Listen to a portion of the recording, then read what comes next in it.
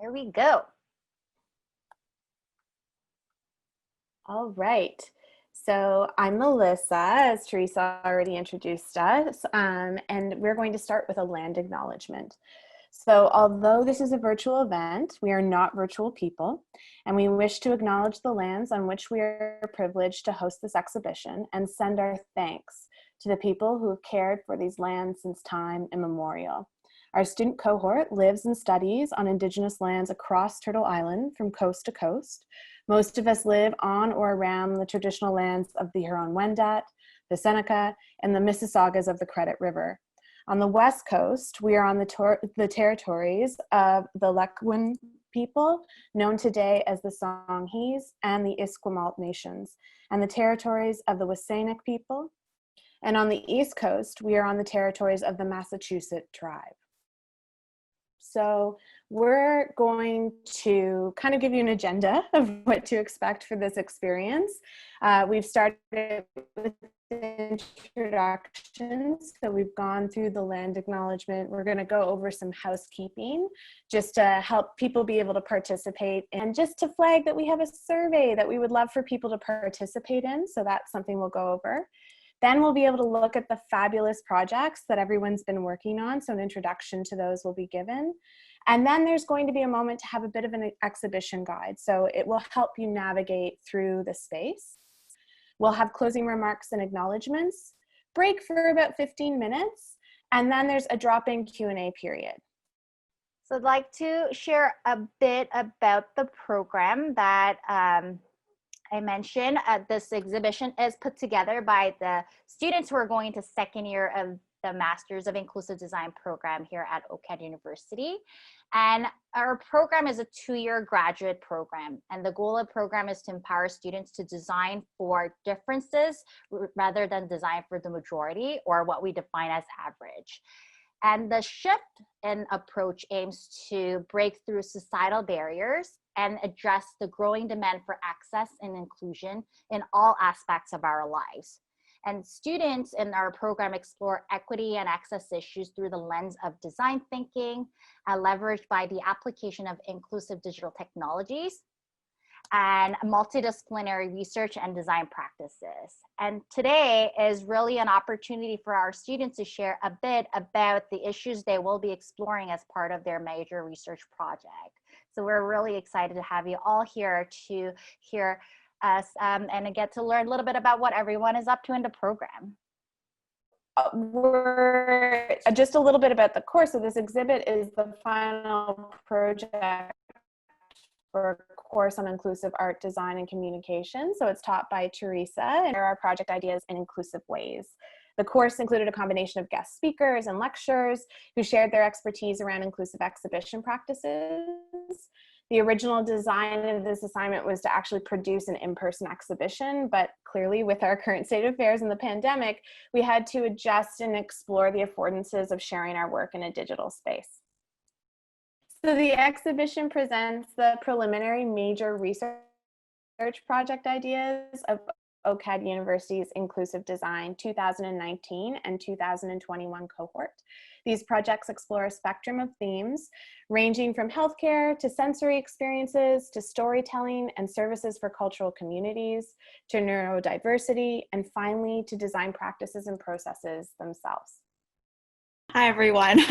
I'm Melissa. I'm one of the inclusive design graduate students that you're going to be hearing about their projects today. I'll be starting off our themes section, where our cohort has grouped our projects into different categories just to help you navigate around the exhibition.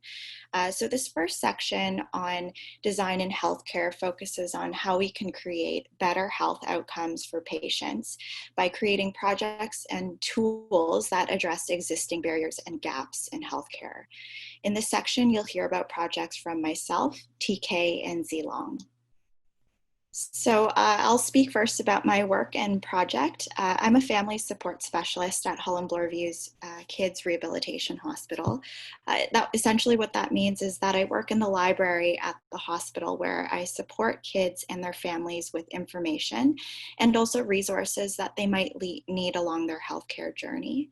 I'm also a sibling to somebody who identifies within the disability community, and so my experiences with healthcare grounds the work that I do.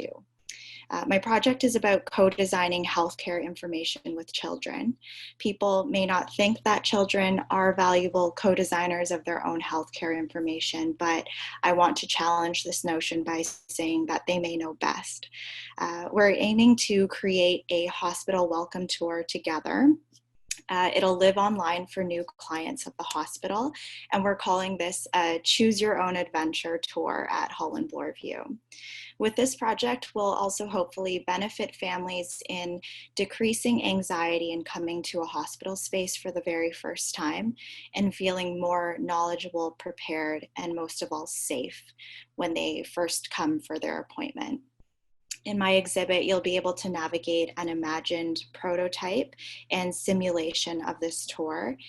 It's interactive in nature in that there are videos embedded and also 360 photos that you can click and drag to explore each hospital area. I really hope this helps attendees reflect on this experience and also to put yourselves in the shoes of a child or a family member who might be first coming into a hospital space for the first time while you're taking this tour. Next, I'll pass it on to Zilong. Hey everyone, my name is Zilong. My last name is Li. I'm from China. I'm quite different from other of my classmates. I just graduated from university last year. So compared to their MRP proposal, all based on their working experience, I find my MRP inspiration from myself.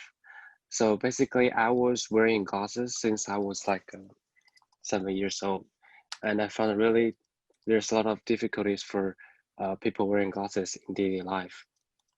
And I started painting in the visual art. I started painting in university, and I found out that if I truly want to help to solve this difficulties for people wearing glasses, I should focus on design category instead of just painting. So I'm here, and my exhibition gonna separate in 3 parts. Actually, it's 4 parts. The first part is a foreword, which is a little description of myself and where the inspiration come from. Second part is I have a introduction of the high myopia and the retinal detachment for everybody. The third part it's a scenario cases which help all audience can see the problems I faced since day one. And the last is my MRP proposal. I hope everyone have a good time on the exhibition, and if you have any sort of questions, please feel free to reach me. Thank you. Yeah, hi. My name is Taekyung. You can call me TK. My background is graphic design and user experience, user interface design field. Currently, I'm working on the topic about the language barriers of immigrant people in Canada. As you may know, there is a huge population of immigrant groups in Canada, and there are many different diverse situations and problems surrounding the people, like economical, sometimes cultural things. And among them, I'd like to focus on healthcare field, specifically for the pregnant immigrant woman in obstetrics department in hospital. Actually, this idea was started from my own and my wife's experience in Canada. And so currently I'm working on the research, how to overcome the language barriers between the two, between the patient who cannot speak English well and the healthcare providers like doctors, nurses, and sometimes staff. So my initial MRP goal would be developing the kind of new method, new tool for better communication way with probably more accessible methods between those two stakeholders. And there are some more information and details in my chapter. Probably you can take a look later. Then I prepared some interactive activities like quiz, kind of little games for better understanding. So hopefully you can enjoy them too. So yeah, that's all from me. So the next theme is on inclusive design practice and process.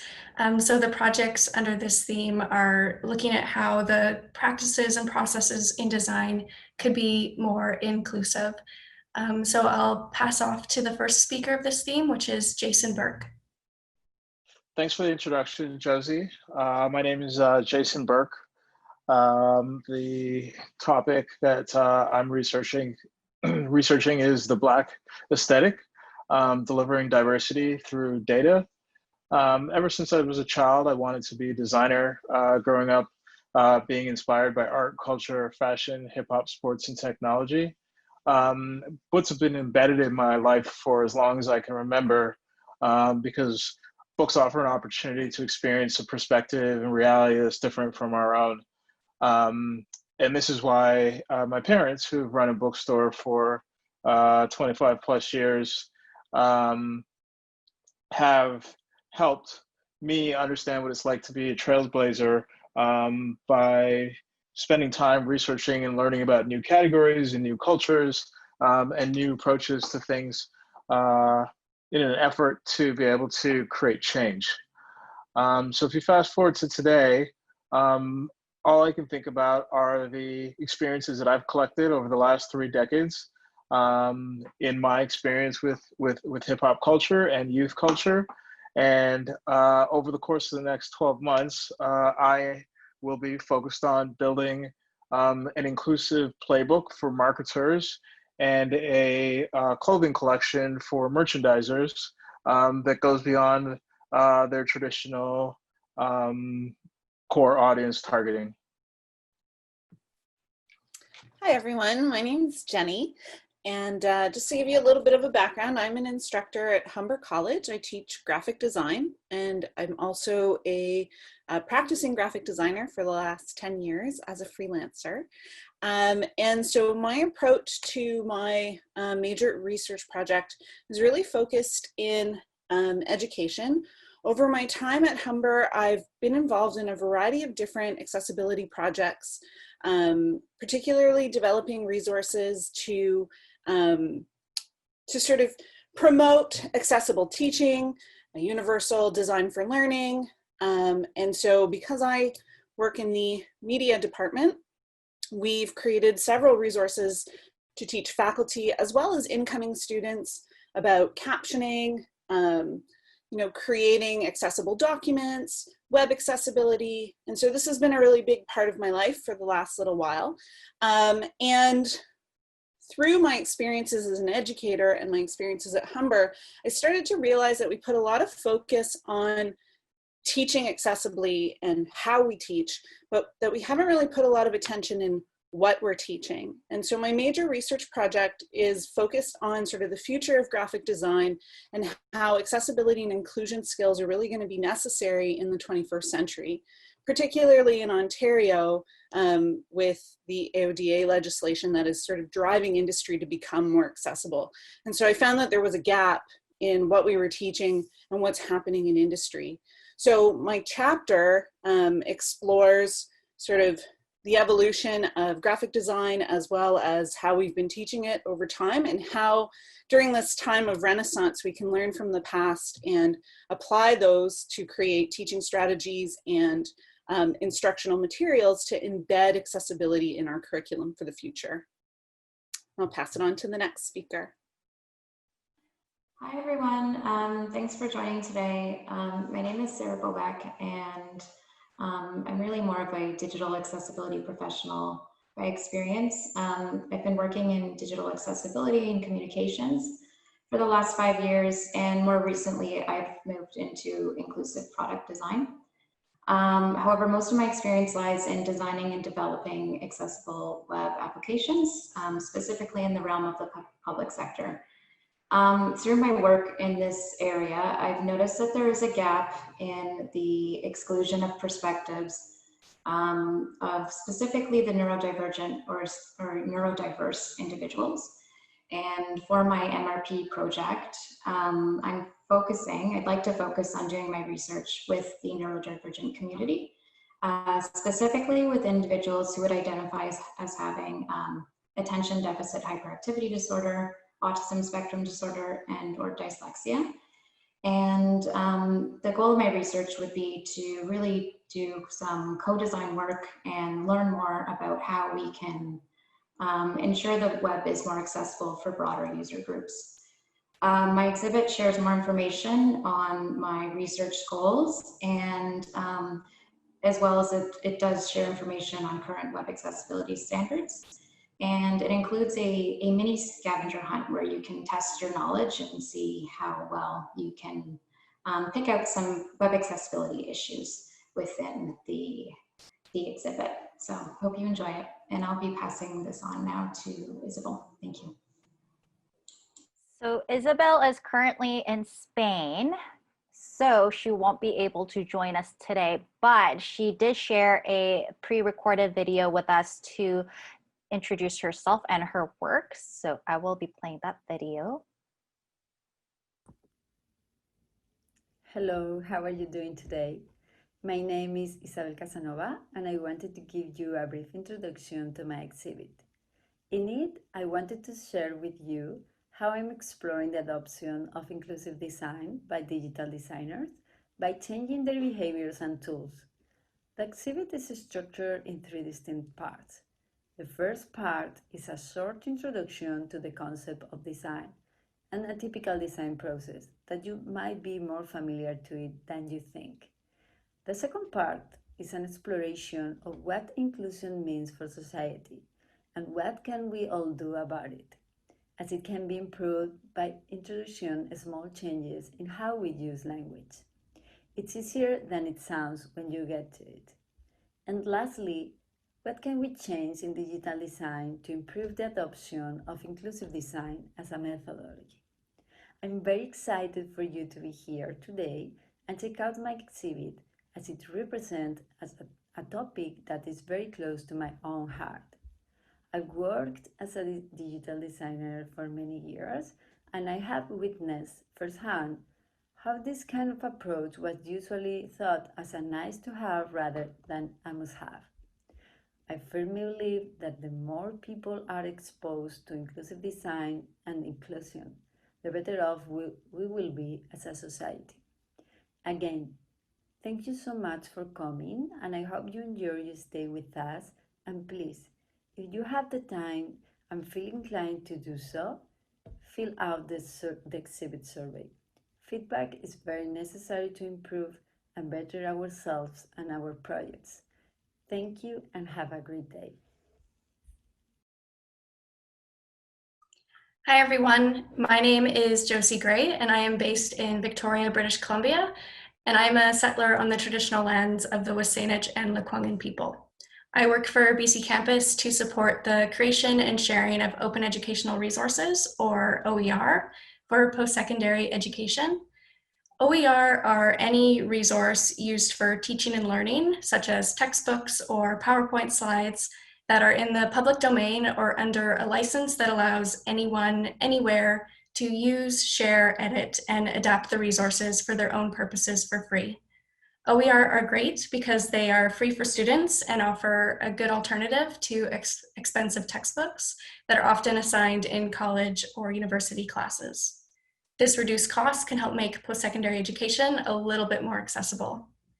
In my exhibit, I look at the open educational resources that are being published from an equity perspective. In my experience, supporting OER publication and managing the BC Open Textbook Collection it is clear that OER can easily reproduce inequities found in traditional commercial textbook publishing and academia. As such, I look at OER and equity as it relates to design and accessibility, the content and pedagogy used in these resources. Although these three things are discussed in my exhibit as separate issues, they are very much interconnected, and my project will likely be dealing with all three of these things. So ultimately, this will mean looking at the wider tools, processes, and practices found in the publication of OER and asking questions like, who is able to write OER? How does the technology available affect the resources being created? And how can the open licenses on OER be leveraged to make OER better? I am definitely not the first person to ask any of these questions, but they are complex questions that have complicated answers, and that's where I am starting. Thank you for your patience, and I will now pass the mic to the next theme, which will be presented by Amna. Okay, so this theme explores ways to harness the power of modern technology and combine it with diverse narratives and modern storytelling to form a truly inclusive community, the one that cultivates a sense of belonging for those who are marginalized. So our projects target helping older adults, Indigenous people, and people of color, and we're designing for their health and their wellness and their access to technology. Okay, hello, I am Amna. I'm a software developer by profession. My project is titled Virtual Reality Storytelling for Older Adults in Social Isolation. The initial motivation for my project actually comes from my own personal experience. As an international student, I'm living away from my family. I'm a grandmother, she's very old, and sometimes she has like hearing problems. But whenever we are on a video call, her face just lights up. And if a 2D visual can do so much, I want to be able to introduce her to the next dimension, which is 3D. And it is out there, but not really being adapted by older adults.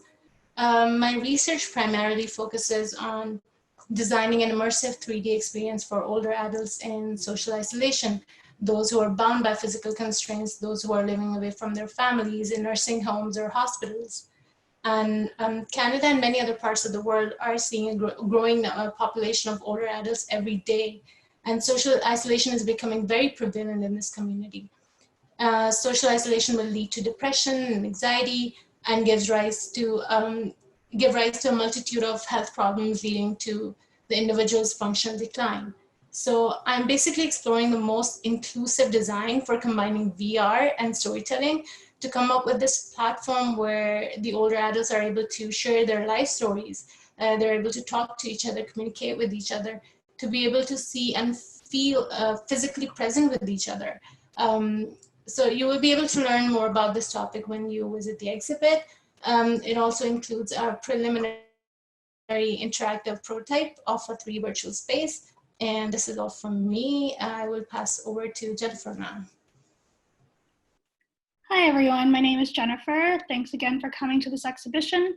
I am a researcher and designer, and I've worked with many corporate clients in the past. In my free time, I co-organize with a group called Intersectio. We work within Toronto to empower Black, Indigenous, and people of color who express an interest in technology. So we hold career nights and we hold talks about how to decolonize our design lens. What I'm showing at the exhibit today is called Absent Presence. It's an oral history archive. And what you'll see in the Pressbooks link is a very early prototype. The topic that I'm focusing on is the Vietnam War. So the Vietnam War, due to tech advancements at the time and different journalistic policies, became one of the most documented wars in history and one of the first conflicts that many people in the world got to see firsthand on the nightly news. So when we look at oral history, it asks the questions of what could history sound, look, and feel like if it were narrated through those who had experienced it firsthand, and how can this help decolonize the lens in which we view history through, popular narratives through, and how can this also aid intergenerational trauma and the healing of so many mysterious stories and refugee experiences. So in this exhibit, it is just a very early prototype of what this archive could look like. You'll be able to click through. There are no audio files yet, but you'll see some background research on oral history and some examples of oral history that currently exists in a digital form. Thanks, and I will pass it on to the next speaker. Hi, so my name is Christine, and I'm a freelance spatial and graphic designer and illustrator based in Toronto. My background is in architecture, and I've generally been aware of spatial accessibility, but I've also been passionate about gender and cultural identity, and I want to explore how I can refocus my design practice on accessibility and inclusivity within these contexts. So my research looks into the cultural barriers faced by ethnic minority seniors, specifically Chinese seniors, living in the Greater Toronto Area, and the effects of these barriers on health outcome and well-being in this population. And as Amna had mentioned previously, the current pandemic has placed many seniors in a state of social isolation, and this can further exacerbate the negative impacts faced by the older Chinese population. My exhibit and MRP are focused on exploring the idea of designing culturally appropriate virtual communities for Chinese seniors living in the GTA to maintain physical and cognitive health while in social isolation. So I will now pass it on to Erin to introduce the next exhibit theme. Hi everyone, my name is Erin, and on behalf of my fellow classmates in this theme, I'd like to introduce you to multisensory design. So the projects in this theme explore the use of multiple senses to develop inclusive experiences for a number of different populations. In this section, you'll hear from myself, Veronica, Jamie, and Mitali. So I'll start this off and share my research and exhibition with you. As part of my program, I'm working towards a major research project. My project is on the participatory design of accessible assistive technology training for blind and partially sighted individuals. So through this project, I hope to advance work in the understanding of, development, and application of accessible assistive technologies used for the purposes of employment. Over the next year, I'll be working with the Canadian National Institute for the Blind in order to conduct this project. So in addition to being a student, I also work as a communications professional in health equity at the Center for Addiction and Mental Health. I was largely drawn to my MRP topic because employment is a major social determinant of health. Over the summer, I've sought to better understand my topic by developing a deeper understanding of assistive technologies. So in this exhibit, I'll introduce you to challenges related to employment that blind and partially sighted individuals face. We'll also showcase the blind and partially sighted experience with using assistive technology. I've put together a two-part exhibit that I hope will be informative in some way and also helpful in understanding the issue. So in the first part, there's an activity where you can walk through step by step for an assistive technology experience. This will really showcase multiple points of access that you can gain information from when seeing an image on a screen. So this activity shows, activity will hopefully show just one example of many technological barriers that blind and partially sighted individuals could face in the workplace. The second part of the exhibit asks the visitor to share and reflect on previous training, technology training that you may have experienced for use in the employment setting. So through an interactive activity, I'm hoping to understand the path at which learning technology may naturally occur in someone's life. I really hope that you enjoy this exhibit, and thank you so much for attending today. I'll pass it off to Veronica. Hi, everyone. My name is Wanxing Liu, and you can call me Veronica. I'm graduated from South China University of Technology, and my background is industrial design. The key areas which I am passionate about are toy design, graphic design, and assistive product design. My major research project is optimizing inclusive music experience for the deaf and hard of hearing. Why I choose this topic is because I am a music lover and enjoy listening to music and play instruments. I believe music is important to me as well as others. However, for the deaf and hard of hearing, their experience of music is not that accessible. Therefore, I would like to improve the accessibility of music experience for them. Specifically, I would like to focus on multisensory music experience. Recently, I am exploring in the field of music visualization. My individual exhibit aims to show my current exploration and future direction in this topic, including the background, knowledge gap, and my demo, etc. In the exhibition, you will be able to interact with multimedia and put yourselves into the shoes of deaf and hard of hearing and realize the importance of improving music accessibility. Thank you so much. So now I will pass it on to the next speaker. Hi everyone, I'm Jamie Hilditch, and I'm a graphic designer, writer, and now inclusive designer. My major research project is titled Implementation of Pre-Braille into Early Education.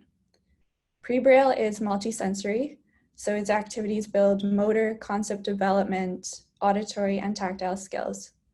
And it's my hope that the implementation of Pre-Braille into preschool classes will provide sensitivity training needed in the early stages of learning Braille, reduce separation of students with and without visual impairments, break stereotypes, allow sighted people to assist newly blind adults as they learn the code, and to reinforce overall importance of reading and writing Braille.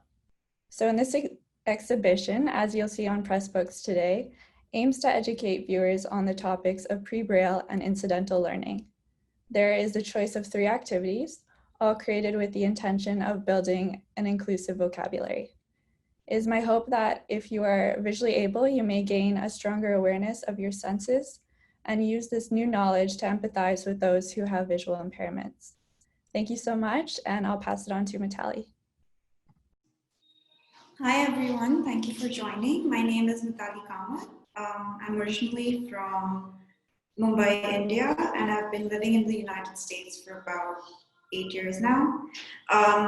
I work as an occupational therapist and an assistive technology professional in public schools, and I help children with special needs access their curriculum. In my major research project, I have focused on exploring drawing tools for blind and partially sighted individuals and the idea of a multisensory drawing tool. My exhibit is broken down into 3 components. The first part, I provide an introduction to my journey and what brings me to the inclusive design program and what got me interested in it. The second part is intended to be educational, where I provide a research background on multisensory digital tools, including analog and digital drawing tools. And the third part is intended to be reflective, in which I introduce you to an experiment I conducted on myself, and ask you to give your opinions and insight about what you think from exploring what graphic communication can look like for a non-visual learner. I also intend to have a synchronous session, which is from 3 to 4, the Zoom link for which is shared at the end of my exhibit. And yeah, I hope you enjoy the exhibit and enjoy exploring. Thank you. Hi, my name is Mina. And for those unfamiliar with the term, neurodiversity is the range and variation in human brains. This includes brain differences like autism, ADHD, dyslexia, and more.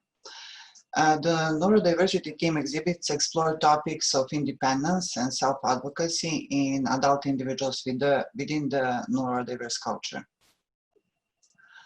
I'm an interior designer and I've been teaching at Georgian College Barry for over a decade. However, my interest for master's research project came from my personal experience. I have a teenage boy who is on the autism spectrum. Many individuals on the spectrum have language delays and difficulties with social interaction and social cognition. As a result, a job interview is a very difficult task for these individuals, despite their qualifications and achievement. It is a great barrier to attaining employment and consequently leading more independent lives. So for my master's research project, I decided to develop a virtual reality prototype or app that will help adult individuals on the spectrum practice job interview process. They will be included in this participatory research every step of the way. They will be invited to draw from their own personal experiences. They will be involved in the design development, deployment, evaluation, and revision of the app. At the exhibition, you will be able to hear more about virtual reality, as well as video self-modeling component of the research. You will also be able to see the demonstration of the prototype and interact with our host avatars. Now I will pass it on to Caleb. Thanks, Mina. So hi, everyone. I'm Caleb Valoroso-Jones, and I'm an inclusive and equity-focused UX designer, and I'm currently playing a Dungeons & Dragons campaign as a half-orc paladin. Why that is relevant is because my major research project is on Dungeons & Dragons for neurodiverse adults, specifically for adults with ADHD and autism spectrum. So what do they have to do with each other? I hope you'll learn through the exhibit. I came passionate about this through my own playing of Dungeons & Dragons with my neurodiverse friend group. And it was essentially what one of our professors calls a natural lab, where I kind of noticed that the affordances and structure of Dungeons & Dragons had like very life-improving effects through like role-playing social scenarios, increasing socialization, and countless other life domains. And I said that is an amazing research project, and I want to do it for my major research project. And so in a perfect world, we'd all be in person and I'd be able to like engage with some actual Dungeons & Dragons activities with you and roll some dice, but unfortunately can't. So I co-wrote a Dungeons & Dragons interactive experience. It's a solo role play experience to try to like introduce you to some of those concepts. And I hope you enjoy it. And if you want to come talk to me about Dungeons & Dragons and the research, I love talking about Dungeons & Dragons. So now I believe I'm passing it off to Josie. Thanks, Caleb. But thank you so much, everyone, for your time and attention as we introduced ourselves and our design ideas that we will be pursuing over the next year. This exhibit was a real challenge to put together, but we are really excited to share it with you. We would also like to thank our instructors, Teresa Lee and Melissa Smith, for their guidance and encouragement through crafting this exhibition. They had to rapidly reimagine this course from a 2-week in-person intensive to a 3-month online course, and I can only imagine how challenging that was. And now I will go over the exhibit itself so you can figure out how to access it and how to navigate it. So this is our exhibit homepage. On the screen, I'm showing a screenshot of a website, which is the platform that we are using to host our exhibit, called Pressbooks. So Pressbooks is a digital book publishing platform, so it has very similar structure and terminology to a book. So you probably heard people describing their exhibits as a chapter. Well, that's probably why. So if you'd like to explore our exhibit from beginning to end, you can click Read Book, and you will be taken to the very first page. But there's also a table of contents to navigate to a specific project. So to access the table of contents from the homepage, you will just have to scroll down until you find the contents heading. So under this heading, you will find a list of all the projects in the exhibit organized by theme. The first 5 chapters in this list make up the introductory sections of the exhibit. So here's where you will find our land acknowledgement, the exhibit guide, instructions on how to navigate. You'll also find an About the Students page, which includes all of our bios and ways to connect with us, and then a page where you can complete our survey. And then underneath that, you will see a full list of projects organized by theme, so you can click on any project in this list to go directly to that page.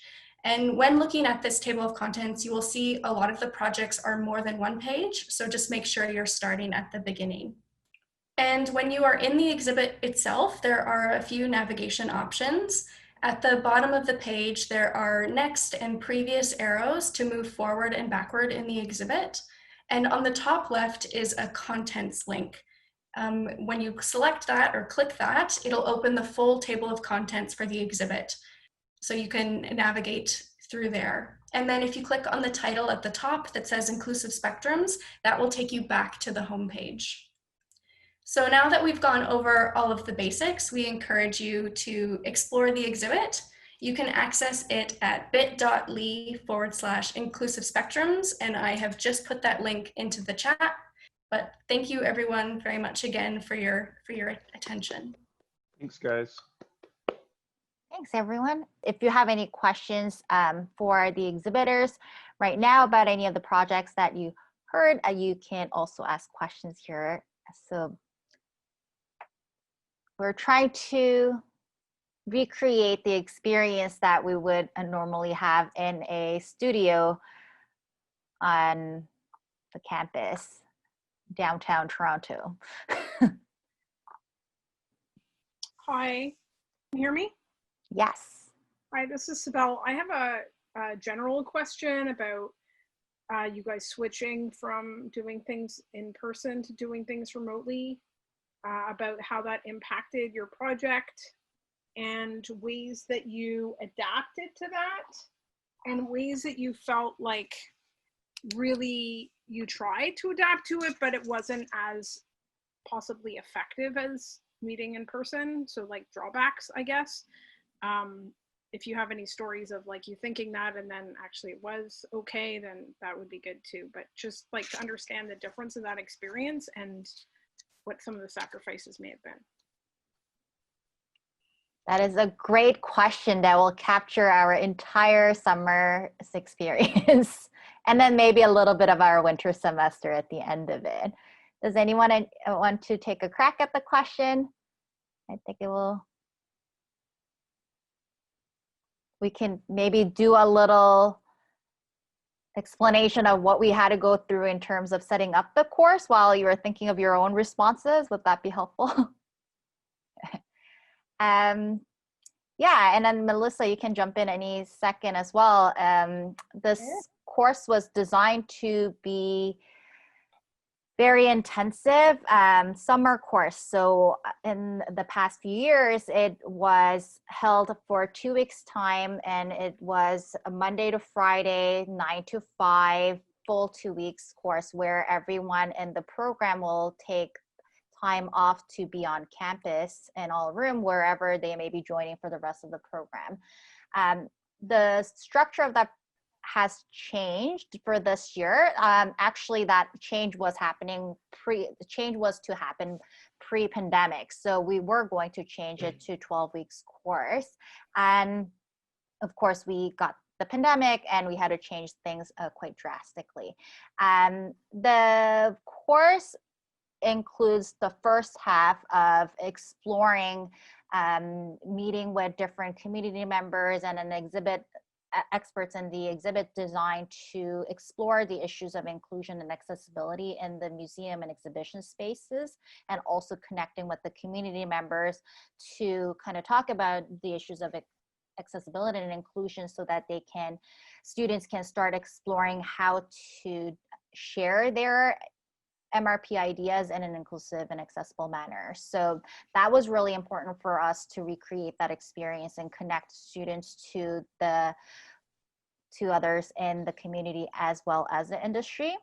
So Melissa, maybe you can kind of speak to how that coordination kind of happens. So like I'm not the only one talking. Yeah, absolutely. I think it was, I think there were some affordances there that like were really great though, because we were able to bring folks in to the space together that might not have actually happened physically. So I think it was for me really interesting to see some of the professionals from at least an exhibitionary complex, so folks working in the museum or culture sites that often try and communicate ideas and such, and having them all come. I thought we had a really great panel for that. I think also for me, also working in the museum field, I'm deeply interested in how we can digitize experiences and try and create a moment for folks to connect And so having the students be able to work through ideas about what digital platforms, for instance, to use to host this experience, to look at even digital exhibiting through the new articles we chose to add to the reading list, was really like, you know, to quote what Zilong had said before, or others in the class, a living lab. So we were able to actually work together to figure out what would be best for the needs of this particular project. And it was really incredible to see everyone come together and experiment and be curious and search that information out. And I think for sure, I'm kind of speaking for myself, but I feel more equipped now in this new experience that we're all going through to better support digital engagement in a way that's more inclusive. So I think those are the really amazing things that came out of this, certainly. I think I'm very interested in embodied experiences. I think it's really important that you feel the space around you, that you remember that, you know, that's also part of decolonization, because we've always been sort of systemized and structured to respond to space in a certain way. So that I missed, because there's something really special to go and visit a particular site. So, you know, those are things that we had to kind of work around. But I have to say that I can't possibly be more proud of the work that we've done and the work that these students are doing, because it's actually going to make a huge difference in the world. And I think that that's what's really special, and knowing how to find challenges and overcome them. So we lived that this summer. For sure.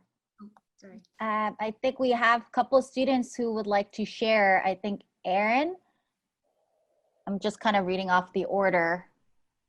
Yeah, I can share a bit about my experience with my actual project. So I would say, I think the timing was very much aligned, where the pandemic started and I was writing my research ethics application to start conducting some of my research activities. And it's basically a wait and see sort of situation where everything that I had planned, including interviews, focus groups, and co-design sessions, they were all meant to be in person. So what I did was I kind of posed options for each of those activities, where I suggested an in-person option and an online option. So, but so much time has already passed, and where I'm at right now is waiting for, most likely with my interviews and focus groups, I'll be doing all of that online. With co-design, it's something that I am a little worried about to conduct through virtual means, because I feel like there's a lot lost. But very fortunately, actually, that I didn't expect was a lot of us took another summer elective called Cognitive Semiotics. And in that class, we really explored different ways where we can conduct co-design sessions virtually. And that was really helpful in gaining some new insights and learnings on how we might be able to connect virtually. And there's certain things that we could do on the technological side, but also on the communication side. So that I think that will really help a lot of us inform how we move forward with our research. But all in all, it is still kind of a wait and see for me, because I think I'm going to be working with CNIB, and I really don't know if they'll open up in, let's say, even in January. So yeah, we'll have to see. Jason? Yeah, I can share my experience with working remotely and presenting remotely, which sometimes, so I tend to be more passionate about digital engagement and interacting through these digital devices. But in preparation for this particular exercise, I had originally started off being really excited about the physical environment. And I was excited about the physical environment because a part of the output of what I'm hoping to create is a clothing collection, which requires some touch and some feel and some kind of dexterity, which would be communicated through fabrics and font textures and that sort of thing. But with the shift to the digital exercise, what I found was in order to try and communicate what it is that I'm hoping to. And as you get into my exhibit, you'll see that I've kind of worked with some very large machines. I was forced to find new mediums to communicate the same effect that I would have hoped to communicate in a visual space. And what that ended up doing with me is I ended up creating a video to represent the same metaphors that I was trying to present in a physical space. But originally I had started off wanting to just present a video with no audio. But in this particular case, presenting the video and the photographer I worked with really kind of pushed me outside of my comfort zone to be able to narrate that story and to communicate the story so that I could create this multi-sensory experience so people had the ability to either engage with the video, or they have the ability to engage with the text at a later date, or they have the ability to engage with both. So as a digital marketer, I find the opportunity to have an omni-channel experience, and that's engage with people naturally across the various channels, whether it be social or on a site or with video or with some kind of text, was an opportunity that I was looking forward to. And I think, you know, as we go forward and as I continue like with my research, thinking about a model and or a plan that's both digital as well as physical, like at the same time, is a welcome opportunity for me. The only thing I would say that I did miss is the camaraderie and the building opportunity from the intensive that's typically 2 weeks where we're working in team sessions as opposed to the weekly scenario. So that's what I experienced. Hopefully soon we can all get together for physically distanced picnic at Liz. People can travel again. Thanks, Jason. Mina, would you like to share your experience? This is a really good question, by the way.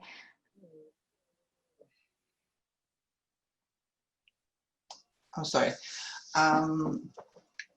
My MRP is was digital or is digital anyway, so it's a virtual reality kind of app where people on a spectrum are practicing the job, hopefully practice job interview performance and improve it. So it was from the very beginning, it was intended to be digital. However, we were supposed to meet in a space,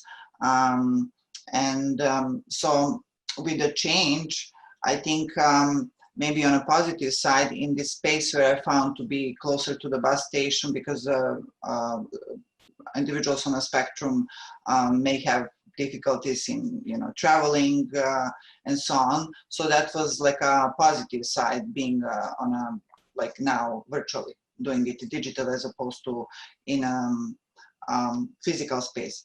And it was also, okay, it was nerve-wracking at the beginning when we found out, but it is possible to be done. And using Teams, well, still yet to be seen, so we will see what are the advantages. The only thing that was for me concern for moving into the digital, doing it through Microsoft Teams or any other platform, was that how participants will they struggle with these steps, how to get involved into this exhibition. But I think this could be, I mean, sorry, not exhibition, prototype, but this could be, I think, overcome with careful planning. And so there are ways, and these days people are actually more versed in doing video conferencing, and yeah, so, but still yet to be seen. We'll have the first stage of this co-design sessions now in August. So, yeah. There is some question about in a chat after me. I just want to check in with Sibel, like if that kind of addressed your question. It was really definitely great opportunity for us to reflect on our. It did. I guess the follow up, if there's anyone who feels like this is particularly relevant is like, I could imagine that if I was doing something like this, I might have a hard time like feeling like I could recruit in the same kind of way, because maybe the people that I would want to talk to aren't as easy to locate online, and that they're kind of getting a self-filtered population. And I'm wondering if anybody had that kind of experience. That's sort of like the A part of my follow-up. And then the B part is like, yeah, doing the like you guys were great at explaining how you did the activities more virtually, but were there somewhere you felt like you couldn't actually, like, I'm glad that you all were able to make it work, but were there spaces where you felt like there were certain things that just didn't translate as well, and you just had to kind of I don't want to say give up on, but like pivot away from? Mm-hmm. I think that's a really good question, and I think that's definitely a question we always explore and when we are discussing going digital, because there is still that we don't want to create that gap even wider, because not everyone is comfortable with digital experiences or even have access to digital platforms or devices to allow them to.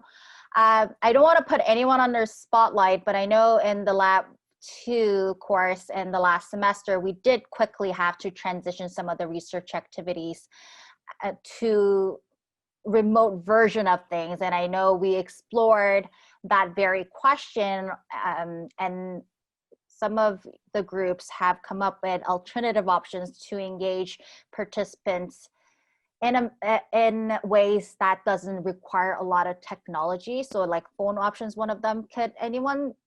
Might anyone want to speak to that? Kind of looking at you, Jamie. Yeah, our group, we were working with people who are visually impaired, so we ended up doing quite a few phone calls, which, it was a platform that was easily accessible to screen readers. During this project, as I'm working with pre-Braille, that's quite primarily involving touch. It's about finger dexterity, sensitivity, two-hand movement. So it's been interesting navigating that space and trying to create activities that are clear enough for people to, conduct on their own. As you'll see on Pressbooks, I looked at the other senses, so hoping people will connect with hearing, touch, taste, smell. But co-designing will be interesting as I move forward and have co-design with instructors of preschools, because I won't be able to see what they're doing with their hands. It'll be a lot of, the teacher will report back on what they're finding with their students. That's also been an interesting challenge, as I will be working and co-designing, interviewing with preschool teachers, and obviously right now, education, during this time, teachers are working extremely hard to move their curriculum online, and so I would say it is a little more difficult to recruit at the moment. Luckily, I've reached out to teachers that I had when I was younger, and my brother, and just sort of finding connections from this class as well. Just to sort of add to Jamie's comments in terms of recruitment, because I'm also working in education, I found that the timing of the pandemic and the timing that I had planned for recruitment really didn't jive. It wasn't a good time to reach out to my teaching colleagues to, invest in a long survey process. So I did shift sort of the timeline of my research. I do think that come September, things will be a bit more settled. Some of us did teach online through the summer, so we've got a bit more of a game plan. It's less chaotic and stressful. So I'm hoping that that will work in my favor for recruitment, but it's definitely going to be a challenge working with educators. Can I just add just a quick perspective? So part of what I've been learning through my research is that ironically, hip hop culture and deaf culture tend to be more visual cultures as opposed to traditional communication tactics and communication styles. And for people that are on the call that aren't a part of the cohort or who have just kind of tuned in today, one of the things that I've experienced with the program since the beginning, and I should say that I'm actually deaf, is first of all, this group of students, the people involved in this cohort, are perhaps the significantly most empathetic group of people that I've ever encountered from a working style perspective in quite some time. And what I've experienced with being remote and the way that we're working remotely is that for myself, who relies heavily on like visual communication, is that this environment levels the playing field. So like in a traditional environment, I'm more inclined to be looking for accommodations, but in a virtual environment, this tends to level the playing fields significantly more with fewer accommodations that are required. So, you know, as we look to the future and how we can kind of integrate these different opportunities and concepts, I like to think of it in terms of being potentially like bilingual or multilingual, where, you know, we never have 100%, let's say, traditional experience or 100% digital experience, but our experience really comes to a blend between digital and traditional in, you know, to whatever the right amount, whatever the right percentages to kind of optimize the learning experience. You know, that's kind of how I perceive it, and I recognize that the challenge of building traditional relationships disappears, and I think that perhaps there's an opportunity from both a research and just conversational perspective in terms of how we build relationships in this new environment with that same kind of tactile sense. So those are just some thoughts that I've been having, and just thought I'd share that with the group. It's Sibel again, just to say thanks for everyone's comments and just that note that you ended on about building relationships in this environment is like a really interesting way to think about it, and how that can be done. It's a really interesting question. If anybody ever wanted to organize like a separate kind of you know, I don't know, panel or tutorial or workshop or anything on that, I'm sure there'd be a large audience. Hear about it a lot within general context, but especially inclusive design kind of community. I have a totally different question if it's okay for me to ask too, but I don't know if somebody else is in the queue waiting to ask theirs. I think there was a question from Japjot, but I think those questions were answered, and I think it does relate to some of the questions that you asked, Belle. So I think we're okay to move on to the next question. There's a question about how the program connects with the IDRC. Could you maybe, Teresa? Yeah, for sure. So the IDRC, for those who are not familiar, stands for Inclusive Design Research Center, which is also affiliated with OCAD University. And much like the program, the Research Center explores the issues that pertains to accessibility and inclusion of everyone. So it does work as a kind of a think tank research center. Their website has, I think it just recently updated, so it looks really great, and it has a host of research activities that are currently ongoing. We do have members of the IDRC teach in the program, and also we have opportunities for students to be involved with the research that's happening at RDRC if that aligns with their research interests. So it works separate but collaboratively together with the program. I wonder if anybody else wants to add to that. I also am a graduate from the program, so I had an opportunity to be in the program as a student and also be involved in a RDRC project, which was really great opportunity for me to kind of get a sense of how to work collaboratively with different community and industry, and also really gain some real world experience before I kind of graduated from the program. But if anybody wants to add to that experience, feel free to share. And thanks, Jenny, for sharing the link to the RDRC website.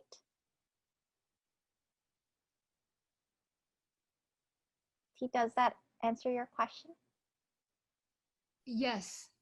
Thank you, Teresa. And I think I just add a little bit of a follow-up. I was wondering like where graduates tend to end up, like what they end up doing. Do they kind of return to what they were doing before, just with a more inclusive angle to it? And sorry, I should turn my video on when I ask this. Or is it more like completely different and more into the inclusive design field altogether and accessibility? Right. I think, as you may have noticed, that we have a lot of working professionals in the room, in the cohort, and that's not unusual for our cohort.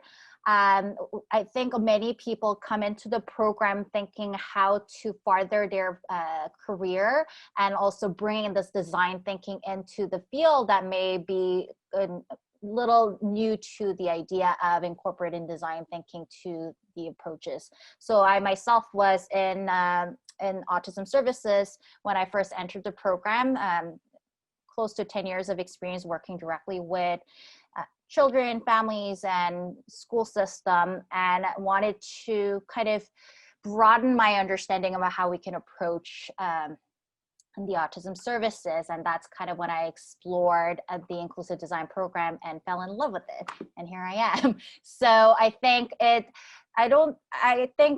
just kind of looking back on my colleagues, and I think we do have a couple of alumni in this room today, and maybe they can share their experience. But I think I don't think we switch away from our profession coming into the program, but kind of broaden our experience, and we kind of bring back what we learned back to the community that we come from.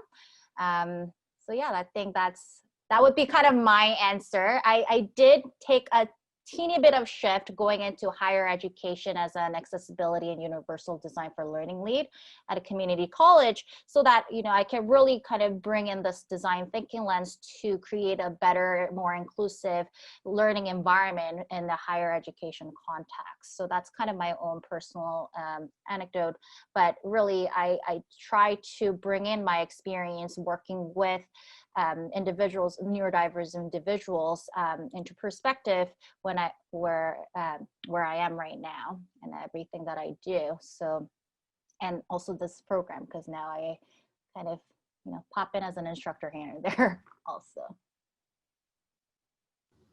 Thanks, Teresa. No problem. Anyone else? I know there are Mohsen, Razvan, I know you guys are there, graduates from the program. Sybil has a question about neurodiversity in a chat. So yeah, maybe we can kind of move on to that question, but if anybody wants to share their own experience or how they kind of foresee their career changing following the program in your MRP, maybe you can kind of cue them up in the chat and then we can go back to that in a bit.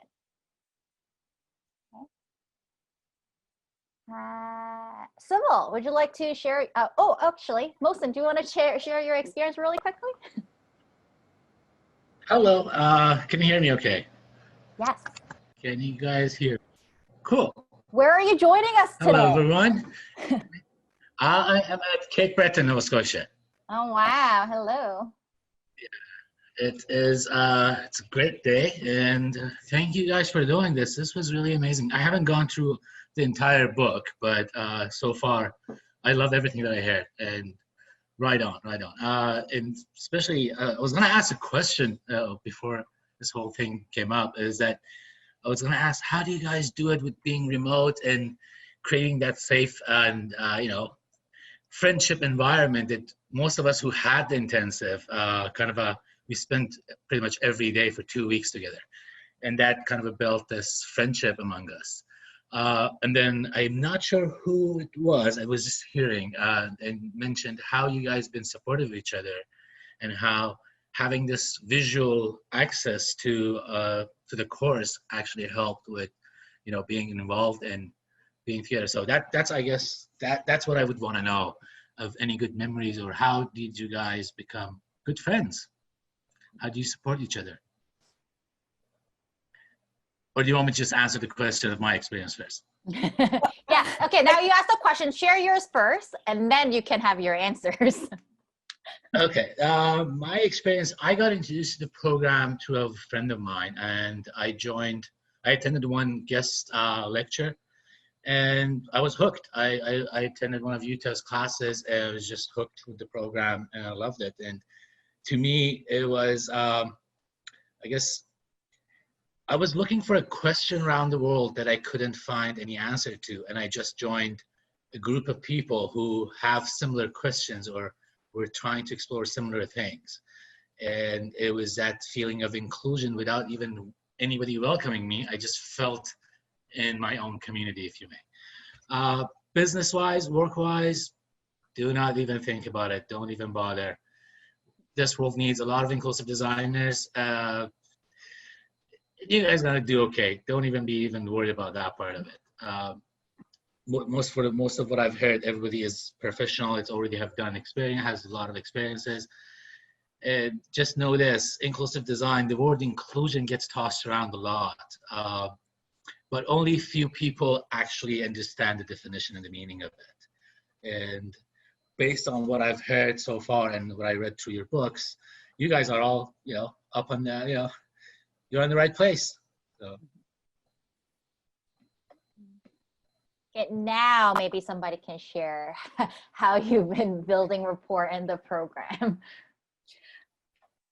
Hi, I'll make just a quick comment about building rapport. Having been like an in-class student, and I didn't regularly participate online until I was forced to, I did find that once everybody was online, much to Jason's point earlier, it leveled the playing field. I felt like it was so much easier to maintain relationships and continue those relationships when we were all online all the time. It just made it a lot simpler. And I think too, having our cameras on during class really did make a difference, and it felt very conversational and supportive and engaging. So, I mean, that was my experience, and I found that, you know, all in, right? So everybody all online, I felt like that really, for me, made the group a lot tighter.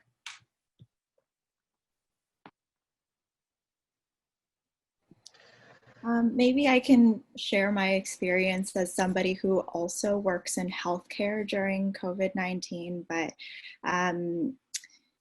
you know, I find that especially my classmates, they're just, everyone meets each other with compassion when we're all going through various things during such a turbulent time.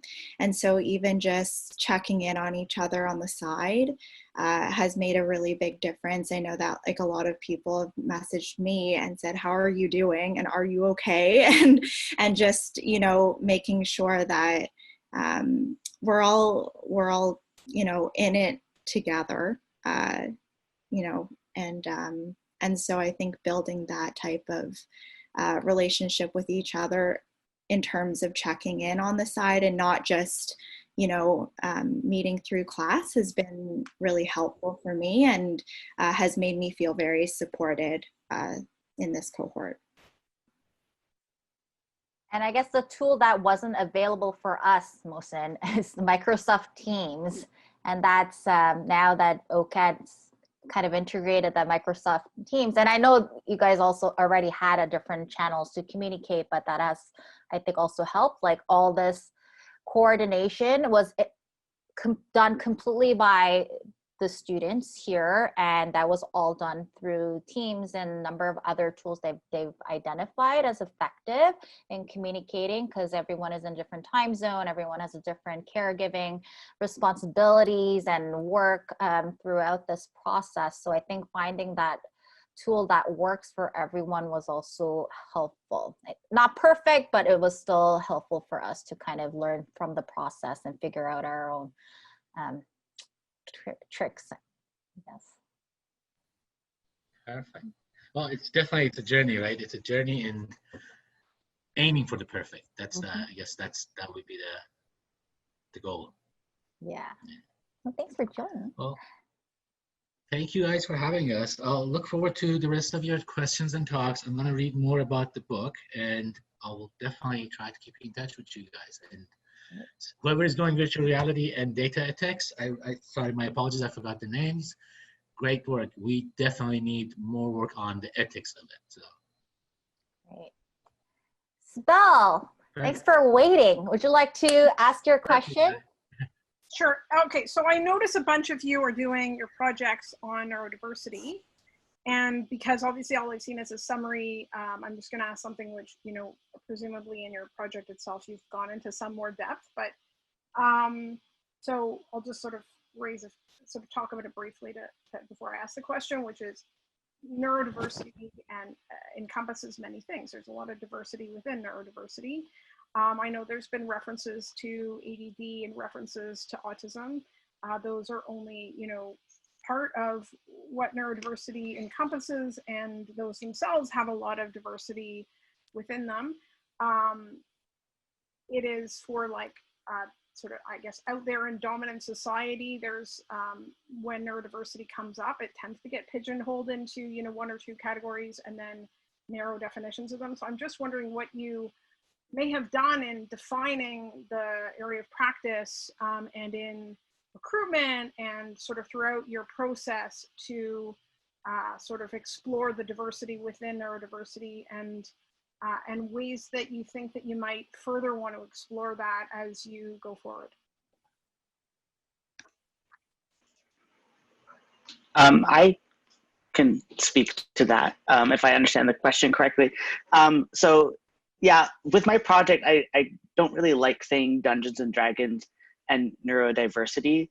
I call it to myself ASD&D, but people wouldn't get that. Because I originally kind of wanted to look at the broader like neurodiverse community, but it was recommended for like a master's thesis or a major research project that that would be way too broad. And I don't disagree, like having delved into it, because I do think that from my like research and being part of the neurodiverse culture and like looking at specific like online communities, that there would be benefits specifically for Dungeons and Dragons for different neurodiverse phenotypes. And I also like find it hard to define because like, as we know, like with neurodiversity, you're more likely to have more than one neurodiverse condition. Like for my project itself is settled on autism and ADHD because they have high co-occurrence. And also like those are the communities that I am familiar with and part of either through like people I know or myself. And they kind of are like in research, especially the like go-to when you say neurodiversity. But I forget the second part of your question. Could you repeat it? You've addressed a lot of it, I guess. Well, it's interesting in your specific case, what you just described is you originally thought about exploring it in a broader way, and then you were encouraged to kind of narrow scope, if I understand correctly.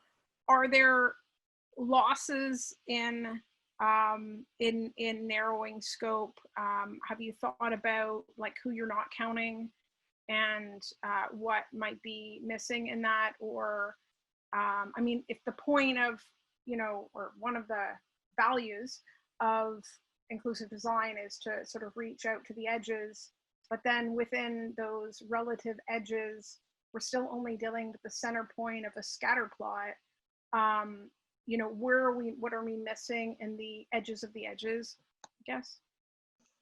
Yeah, for sure. I do think in some ways, like there is a loss of like certain groups. I mean, one of the like interesting things, like of kind of a rabbit hole, it has nothing to do with my project, but looking at Dungeons and Dragons and not the way the community itself kind of designs to make it more inclusive, whether that's the design of the physical game materials or creating content to like either increase representation or modify how the game is played to make it more accessible to different things. Like one of the big things that's come up is dyslexia, and Dungeons and Dragons can be like quite difficult for dyslexic players because of like the character sheets, it's all written. And so like, what are the ways people completely redesign these materials to try to be more inclusive in the community itself, which is like something I would love to like examine, but almost seems like its own research project. But to that point, I kind of feel like I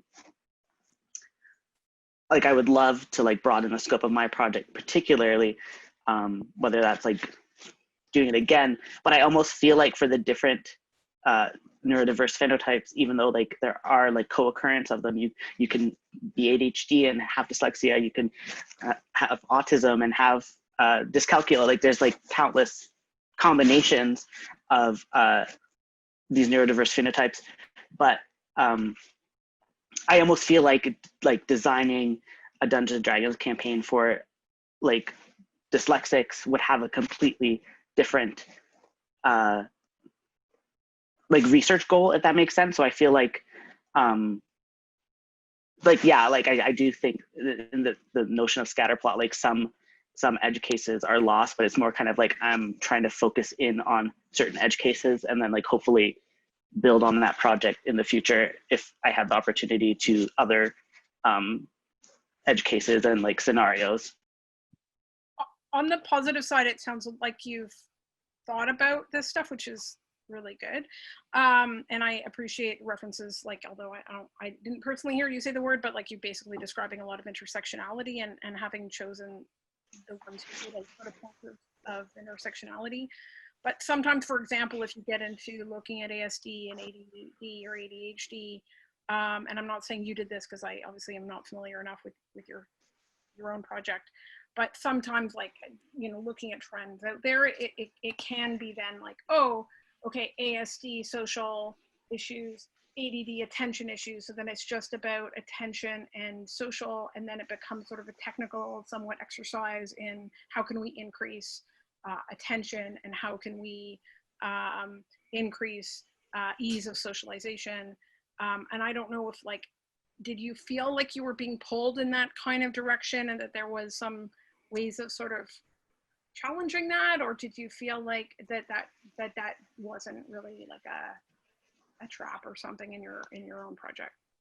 Yeah, I didn't necessarily feel drawn to it because like of the trend, like I have close family members on autism spectrum. Like it was just like my life, like literally, like we were playing Dungeons and Dragons. I was like, hey, like I think it does this. People have a very like assumption about like what that project looks like, because what I want to do with my research and what I'm trying to do is to actually like co-design with other neurodiverse people, whether they're academics or researchers or not, to like look at, because I was especially was wanting to investigate the relationship between special interest. I'm sorry, I feel like I'm just like explaining my MRP for like I'm taking up too much time, but this is what this time is for. Yeah, it was the idea of like what are like the unique aspects of neurodiverse culture that exist, and how can we like investigate them, like hyper focus as well for like ADHD community. But a lot of people assume it's like I'm just trying to come at it from like this is like ABA 2.0, but I'm not. That's oh my god, I always forget what it stands for, but behavior therapy essentially. Applied behavior analysis. Yes, applied behavior analysis. And like the idea isn't it to be like ABA 2.0, like the idea is to see like, well, what naturally occurring things are neurodiverse communities, because there's, I mean, I don't have concrete numbers, but there's many neurodiverse Dungeons and Dragons players, and what things that are like the natural labs that are occurring out of these communities, and then just like narrowing the scope due to research constraints, if that answers your question. Yeah, I really like the way you've been working through that this is, that this is something you've always spent a lot of time thinking about in that kind of depth, which I really appreciate. What about any of the other folks who are working on neurodiversity? Any other thoughts on this conversation? Well, I just wanted to say that I think also that all of us are doing participatory or some sort of including participants in the research. So if we are not, like, we may have some assumptions, but throughout the literature research, you gather all this information, and then now when you go into the co-design sessions, we will try to incorporate as much as possible, as I said in our introduction for the exhibit, from experience of people on the spectrum, they will be involved into designing of the prototype, testing of it, so hopefully they will be actually making this prototype, and I will be there to kind of guide it. And I think that stands for all of us, like we are all doing this participatory research. So we may have some biases, but I think we try to, that's why we are in a inclusive design program. And I also wanted to address something a little bit earlier. I think when Caleb said that he tried to look at this scope, it's not possible to, first, all these segments of neurodiverse culture, or whatever you want to call the autism people on the spectrum or ADHD, they all have some specifics, yeah. And so it is hard to target this whole broad community, especially in time constraints of the MRP. So I think that we needed to narrow our focus, and I think it could be if we focus on, I mean, that's just my opinion, on, let's say, ASD and then ADHD, and then when we do these, should we say, segments, and then after that, make one big project or something that applies, so find the common grounds, should we say. Yeah, but it is very hard to do this broaden view or broaden approach within the constraints, time constraints of the MRP. So that requires much more time. Teresa, I know we have a break coming up. I just want to make one point on this topic of scope. So to the point, and my topic is not the same as Mina's and Caleb's, but one of the challenges that I'm finding in an attempt to be more inclusive, at times, naturally based on solutions or the research, we may end up being more exclusive to particular groups. And I think that inherently when it comes to diversity and inclusion, therein lies the challenge. I know specifically with the research that I'm doing, a big part of the output or what the solution that we're trying to come up with is how to deliver a solution that for our specific problem that is scalable across other potential personalization or individual needs. Although for the scope of the MRP, it may have to work within a subset of the broader group. So it's just one of the challenges that I know that I'm encompassing. Isabel, if I can just, my follow-up was actually very related to what you just said. So thanks, Jason, for actually kind of segued. When not so much about the scaling part, but about sort of trying to be more inclusive, but then ending up having other sort of patterns of exclusion. Within neurodiversity, especially, there is a pattern to who gets a diagnosis and who doesn't get a diagnosis.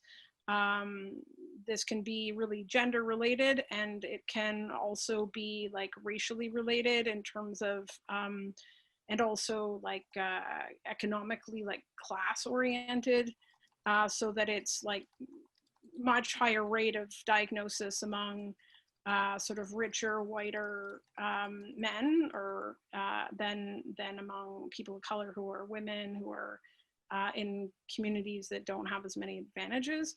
And so that's becomes then an issue if things are then continually designed even in co-design spaces for that. So that's something I don't know if like there's a, I know it's a lot to do in an MRP to try to counter some of that, which is like a bigger, broader social issue. But anyway, I just wondering if anybody had any thoughts about that or that's been discussed. Before we jump into the answers to that last question, could I suggest that we take a quick 10 minutes break for, lovely captioner and also for everyone. We also have Mitali, who will be hosting a live session in a separate Zoom room. If Mitali wants to share that link again, people can definitely join that session in a separate Zoom room. You will have to close this session to be able to join that. Sybil, would it be okay if we come back in 10 minutes to kind of address that question? Sure. And I mean, I don't know if, as you said, like these were projects where you didn't have a huge amount of time. So I understand if that wasn't something that people were able to get to in depth, but it would be just interesting to hear if people have kind of had thoughts about exploring that. But sure, I'm happy to wait. No problem. Yeah, for sure. And I think everyone is just getting into gear to get in depth of their MRP. So I think these are really great questions that you are asking us.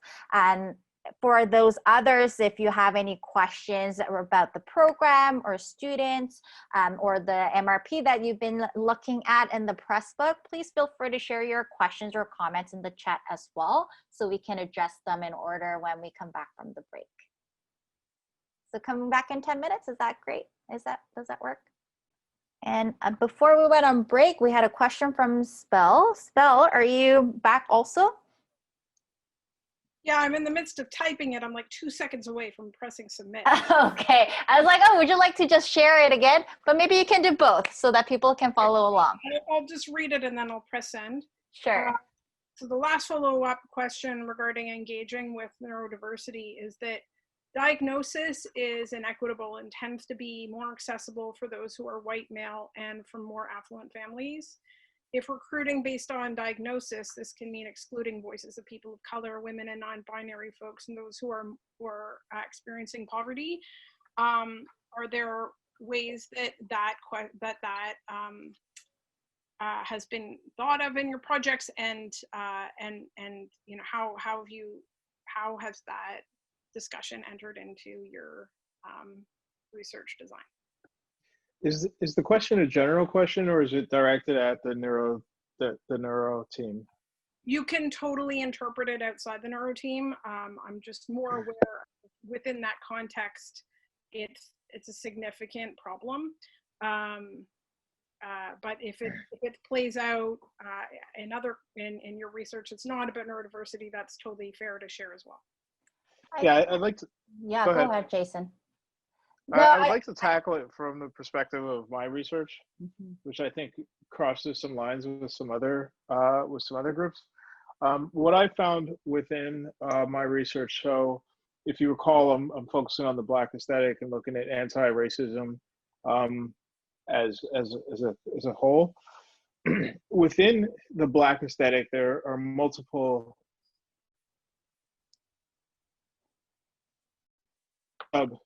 segments. So I might have the hip hop aesthetic, I might have Black popular culture, I might have Afrocentrism, and then again amongst each one of those subsegments, I'm dealing with the different pillars or the different special populations that the human rights legislation covers. So whether it's women or LGBTQ or classism, as you mentioned, is one of the potential issues. So the way that I'm tackling the problem, or hoping to be able to tackle the problem, is by starting with data first. And so, while we might be having a conversation today, and the conversation might be, it's typically a white male who there's less diagnosis there, and other marginalized groups are not diagnosed as much. I'm looking at it from the perspective of not so much that the marginalized groups aren't diagnosed as much, but white males might be diagnosed, let's say, at 60 to 65% of the total cohort. And let's say Black females may represent 15% of the cohort. So as a part of an overarching strategy, the solution might need to be, here is an overarching strategy with sub-solutions for the different segments within an overall population. I can only liken that strategy to the long tail strategy, where instead of looking at, perhaps an overperforming cohort, you're looking at all cohorts and coming up with a strategy that includes all cohorts, although you might have to have different components to your strategy that speak to different audiences, which to me, because I'm a marketeer though, that's just different messaging. So you can have the same product or the same solution, but you might require different messaging for your different subsegments in order to be effective with your research. So that's the approach that I'm taking within the scope of my research.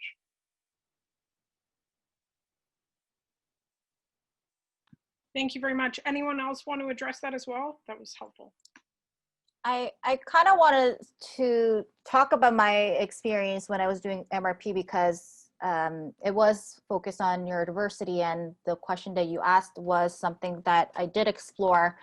And for me, it was kind of important that I didn't focus on the diagnosis because of the very concern that you bring up. So instead of focusing on specific population in my recruitment, I say anybody who kind of identify themselves as neurodivergent. And these are some of the things that you may identify with and the terms that we use to understand some of these differences nowadays. So like I kind of use that language in our recruitment, and also focus more on the lived experience that I wanted to learn.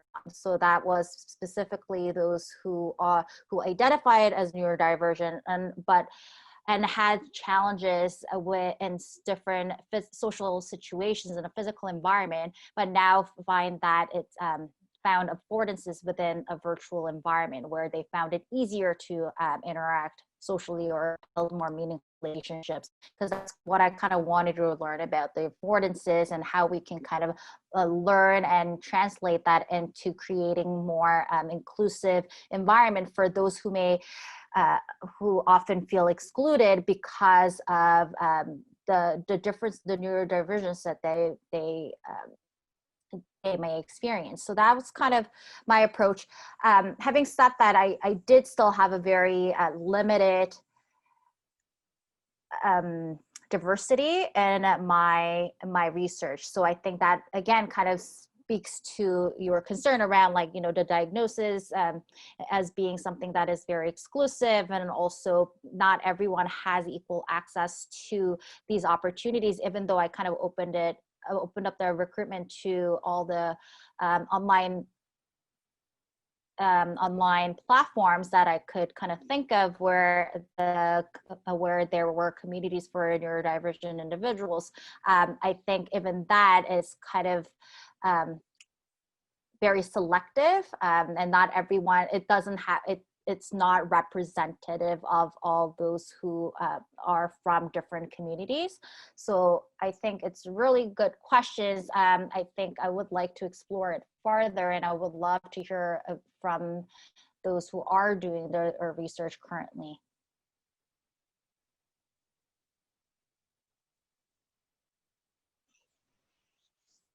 So I missed the last part of what you just said, Teresa. Could you repeat it?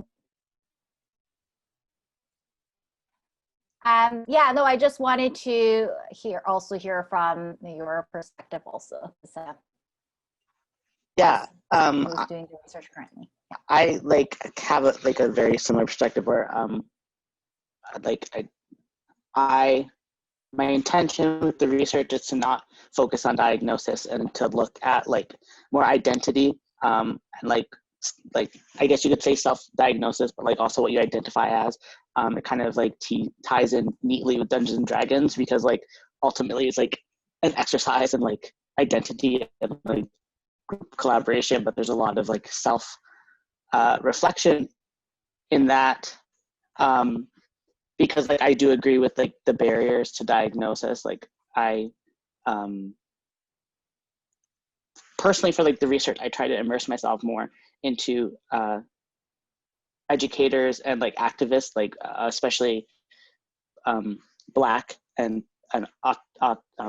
autistic adults, and also like people of color, and looking at like the diagnostic criteria and how they are like racially biased and gendered biased and all the barriers to that. So like in my, at least for this project, the intention is to not focus on like formal diagnosis and like because of the barriers to that, because I think kind of one of my big rationale for the project too is that even like good behavior therapy and like positive reaffirming therapy for neurodiverse folks that doesn't focus on like quashing neurodiverse behaviors is not accessible to most people. So like if Dungeons and Dragons like exists as like a fun thing to do that people are interested in doing, and you don't have access to a formal diagnosis or therapy or like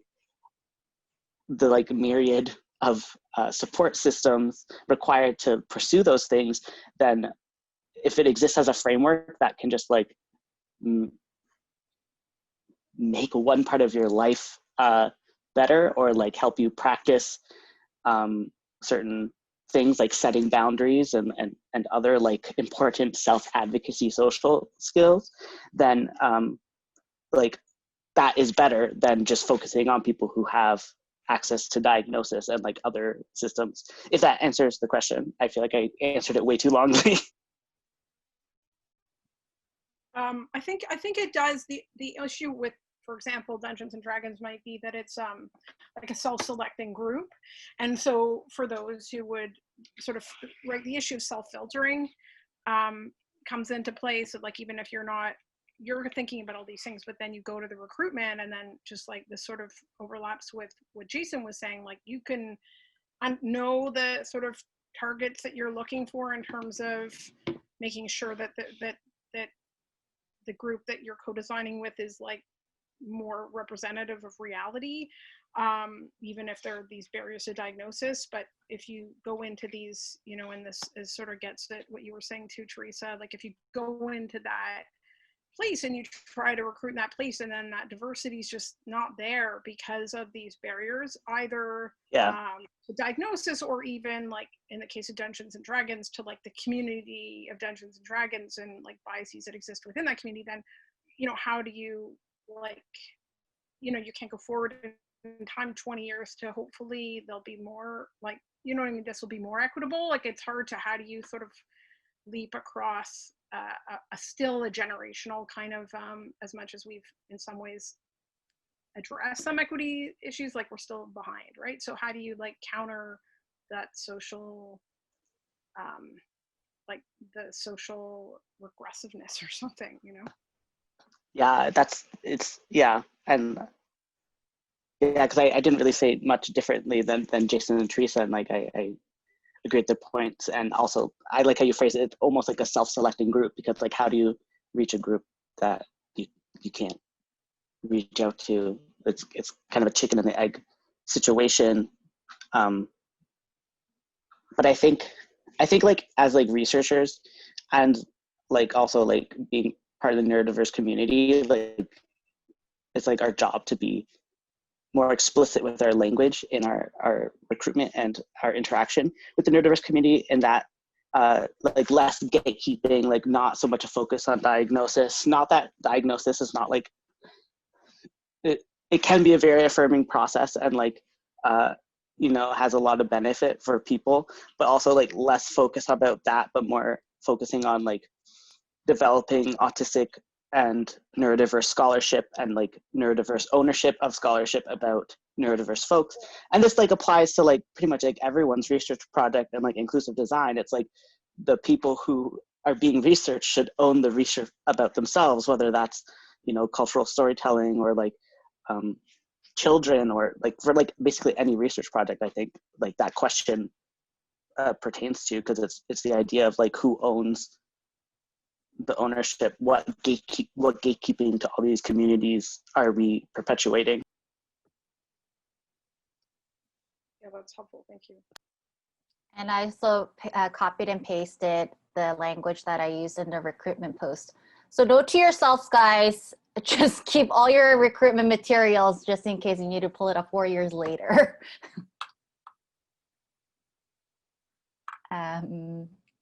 Hopefully that does that kind of address your questions, Isabel? I think these are really thoughtful questions. And yeah. It does. It's so hard, right? Because it's an area where, I mean, if you compare now to 20 years ago, there have been leaps and bounds in understanding neurodivergence and thinking about it within an equity sort of lens, and understanding, you know, the diversity within and intersectionality and all these things. But we're still really, you know, at the early stages of that. And so enough to start asking those questions, but we don't necessarily have answers to those or a sense of being able to do it in a complete way. And as you've all spoken about, there's times really limited when you're working on a research project to be tackling questions that are still so open. So I appreciate all the thought that you all put into that.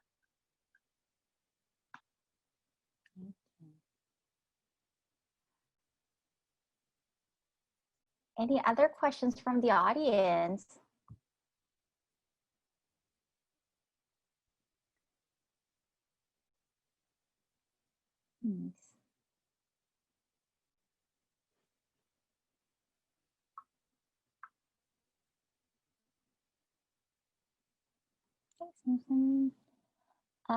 Will this exhibit be available to access beyond this time frame?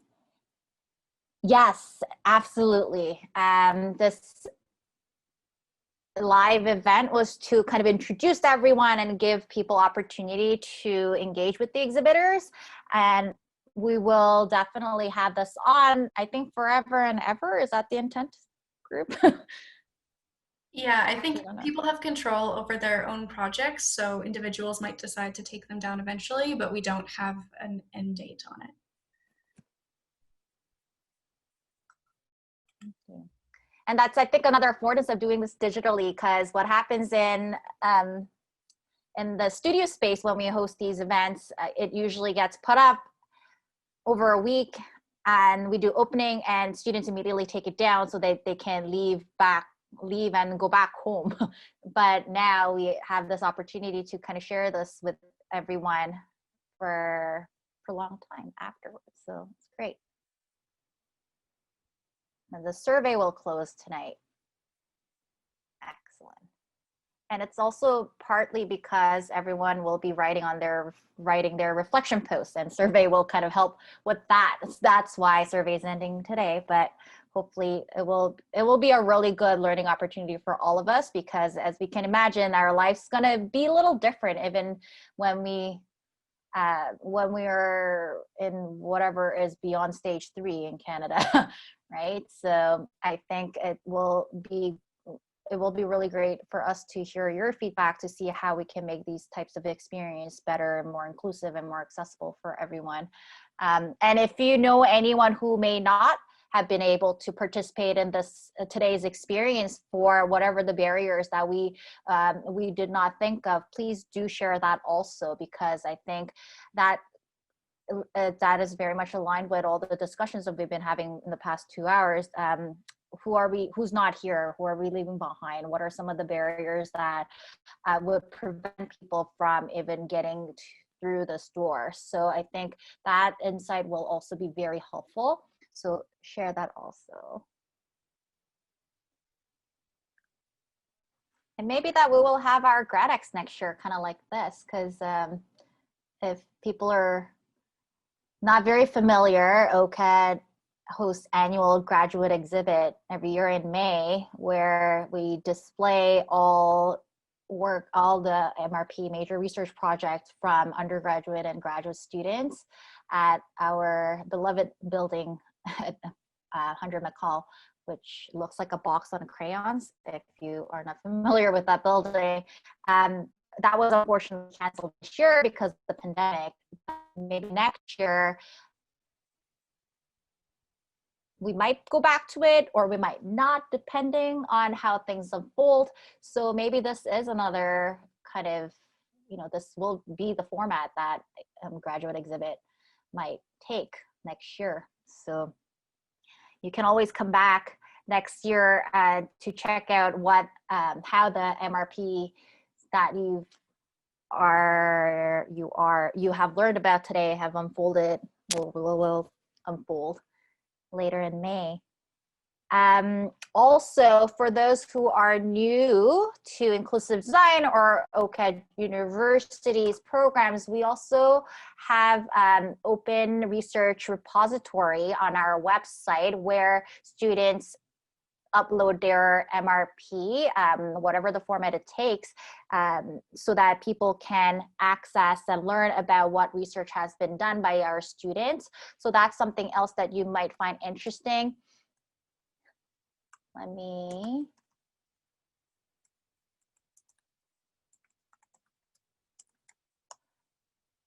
so the research projects that you come across today, when they're all done next year, less than a year from now, they will be uploaded in this repository. So you can always go back and check out by their name. But you can also look up other research projects that have been submitted in the past. So mine is there, Mosins is there.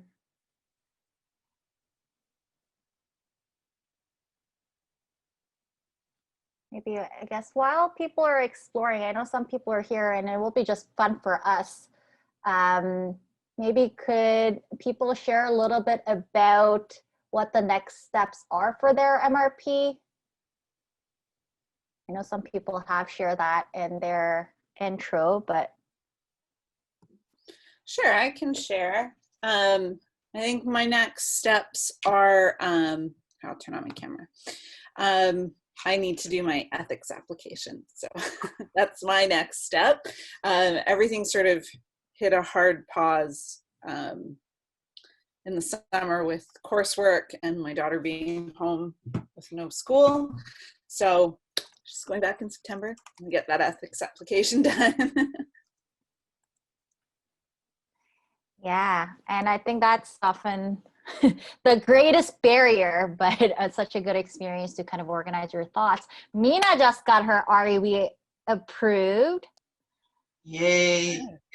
Yay! 2.5 months of ordeal got approved on Friday. So yeah, my next steps would be to see Teresa tomorrow to talk about my co-design sessions that are first part of the research was scheduled, and I think it will go ahead for sessions of co-design sessions will be done in August, so probably 2 last week of August. So yeah, that needs to be prepared, and then as of September, from September to December goes the evaluation and kind of tweaking of the prototype. So yeah, busy times. Yes. You mentioned it was 2.5 months. Were there lots of revisions? There was one revision, but it takes time to, until you meet your advisor and then you change, and so it takes time. There was one revision, and then last week I sent everything, and there was 2 words that missed, and they were crucial. So, and for those 2 words that I had to change, until we met again and so on, and it was submitted. But yeah, but she responded right away after that. So okay. Yeah, right. Yeah. So I think I know it would be really nice to have maybe as a suggestion for NDC for the future, maybe one course could be developed to do the REB, one of the courses. Yeah.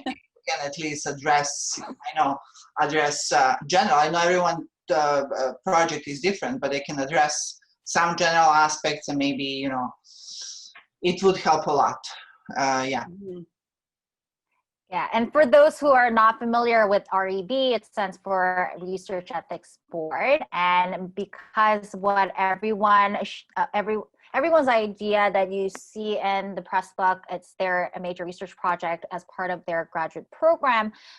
If they are involving any participants or interacting, it has to go through in-depth ethics review to make sure that we are not exploiting anyone. We are interacting in a manner that is respectful and also ethical. So that's the process that everyone has to go through. Everyone in this program focuses on very much of a human issue. So I think everyone does need to go through that REB process, which could take quite some time, but it's also a really great opportunity for people to put their research idea and the process into words and also share. So I think this exhibit experience is another opportunity for them to share their idea with, because oftentimes you can kind of feel like you're trapped in your own head thinking about the research idea over and over again. You get very lost. So I think it's a really good opportunity to be able to kind of express their idea in a different formats that you see in the press book and the live session here today, so that they can get their words out and also get some feedback. So yeah, all this fun stuff. Anyone else want to share the next steps? REB, always REB. It's REB, yes. Yeah, and it's intensive because any materials that you will be using in the research project has to be in there, right? And then it goes into a platform, which helps you to pull out anything that you used 4 years down the road, as you saw today. You can still access it afterwards. I think for me, my next steps are continuous research and more recruitment and building relationships with people that I've already recruited for co-design and interviews. My REB was accepted, I think it was under 2 months as well. I had to do 1 revision. So yeah, it seems like similar timing to Mina. Mm-hmm. That kind of reminds me of a question, and I think this might actually relate to Sibel's questions before. And did anyone encounter any challenges with that process because you're involving people who may be considered as a vulnerable population? Because that's another thing REB is trying to protect, but at the same time, sometimes it could pose as a barrier to include people into the research. I had to make it very clear that I was working with teachers and not the students themselves, because children are a vulnerable population. Mine, I built in honoraria and bus fare, if we can do in person later, potentially. So I did build that in because I am working with a vulnerable population. The only thing for my REB application was they wanted more clarity around if, like I said earlier, I posed options, an in-person and a virtual option for my co-design sessions. So if it were in person, they wanted more clarity around PPE that would be offered because we're meeting in person and if there's social distancing that's possible. So what I did was I based it off current measures in place on the Government of Ontario website, and then I'll have to submit an amendment if that changes later on when I decide to run my co-design sessions. Yeah, no, it is really helpful. And I think we've had these conversations in the past, and really the concept of vulnerability, especially in the research context, it really speaks to people's ability to understand what they're getting themselves into in terms of the research activities and ability to give informed consent. So like understanding what they're going to be doing and giving permission and acknowledgement that they are willingly participating in this. So I think also clarifying that I think is helpful. But yeah, I did have very interesting conversations in the past when I was going through the process, because there was a concerns around people's capacity to give consent because of this idea around my participants being potentially neurodivergent and having this diagnosis such as autism or other intellectual disabilities possibly. But yeah, so I think that was an interesting conversation to have, because I think that could potentially create a barrier for people to exclude who, like, based on their assumption that people will not be able to give consent because they have a diagnosis, for instance, right? So I think as an inclusive designer and inclusive researcher, definitely important question to keep in mind and the conversations to keep having. Yeah. And hopefully there is a way for people to ask follow-up questions if they have any and they just didn't have a chance to. You guys want to share a little bit about like how they can connect with you guys if there is any questions after this event? Yeah, in the very beginning of the exhibit, there is about the students page, which lists our photos and our bios. And people also included links to where you can connect with us. So a lot of people included links to LinkedIn profiles or Twitter accounts and things like that. And I know some people also have included emails within their exhibits. So there is contact information kicking around in there. Yes, it's in the press book. So maybe I can share my screen and I'll walk people through it. So in here, going to read the book.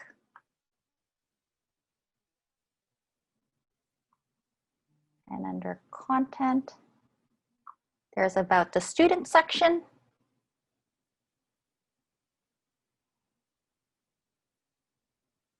And each student has a link to their contact information under their bio. So you can see Amna, Sarah, they both share their LinkedIn profile. Jason here also linked in his email. So there's some way of connecting with them after the exhibit. Thank you so much, everyone, for taking the time to be here with us. And assuming if you're here, you're also very passionate about inclusion and accessibility. So hopefully you can stay connected with all of us. And then maybe you can share a bit about your work also in either individually by connecting with people who kind of share the same interest, or by connecting with us through the program. In the future, it's really exciting to see so many of you show up today and actually stay with us and check out our wonderful exhibit. So thank you so much for making the time, and thank you, all of you, for putting together such an amazing exhibit. We really had no idea what this was going to look like when we started out 3 months ago, and it was supposed to be that a whole exploratory kind of experience. And I know that could be daunting at times, especially in the middle of the pandemic, the global pandemic, let me add. So thank you so much for your creativity and energy you put into this. I know everyone is working. Many of you guys are parents. Many of you had other things that happened in the middle of this. So thank you so much for bringing in everything. You're 110%, 1000% into this and really working to make this world a better place, really. That's, I think that's what we're all doing collectively, trying to kind of make things better. Sharing the stories of people whose stories may not be shared often. So thank you so much for bringing your passion. Right, I just want to follow up and say the same thing. Like, thank you so much, everybody. It was truly inspiring to spend a challenging time with all of you and seeing you come together as you described in response to questions about relationship building. But it was really, really special, and I'm really grateful that we were able to engage in the conversations that we did, and almost like real-time talk about challenges that we need to figure out and overcome. And it was especially special today too, listening to everyone also share bits about your experience and what drives you also to pursue this research. And yeah, again, I'm just very proud to have connected with you all, and thank you for your dedication to thinking empathetically about other people and making the world better.